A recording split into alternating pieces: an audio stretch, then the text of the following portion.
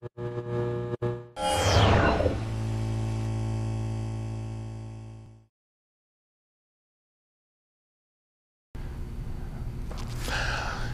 decades ago, my father taught me how he wanted his cable coiled.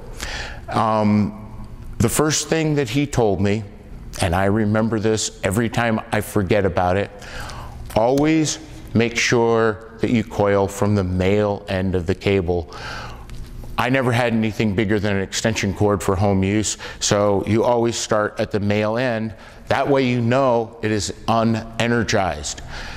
Every time I get shocked because I'm not coiling with my gloves on and I'm maybe coiling from the female end because it's easier for that particular instance, I remember my dad telling me, always start at the male end, and you know that that is unenergized, okay? All cable has a lay to it, as does rope. The way cable is manufactured, there is an inherent twist to the cable. In the United States, it's called a right-hand lay. If we were to take a jacket off of this cable, you would see a twist that they put in when it's manufactured. So we want to coil the cable in a clockwise direction when you're making the coil. Find the ties, okay? Some rental houses don't use ties, some facilities don't use ties. So start at the male end, clear the ties, because sometimes you tie these down, so make sure it's clear. A lot of places have markings on it, sometimes they're loose. Take, and as you're bringing it to your hand, you put a twist in it. So we straighten it and twist. Straighten it, and you use just a little bit of a, looks like a half turn, okay? And you just keep twisting as you go, and that will lay the cable nice and flat as you go into your coil. And it makes a nice, neat coil. And it takes practice. I mean, sometimes it gets a little bit bound up, or you want to make sure that the cable's clear and that it's unplugged on the other end so you don't pull a light over or pull the expensive piece of audio-visual gear off of the ceiling or off of its stand. And then when you get done, you end up with that. Now, at the very end of the cable, sometimes you get into a situation where the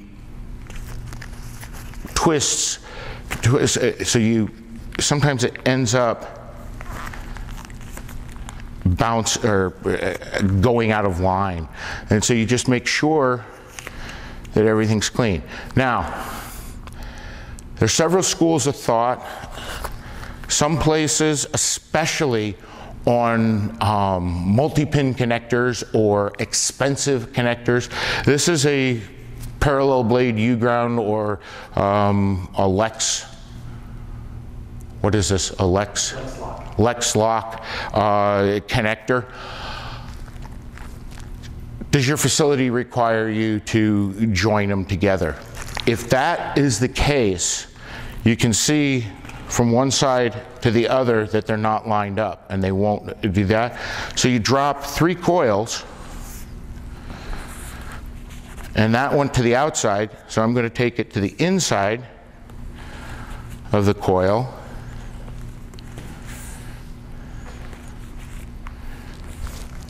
And it'll mate up rather nicely. Tie one side of it. Now you can hold it, where some people like to put it between their knees and tie it.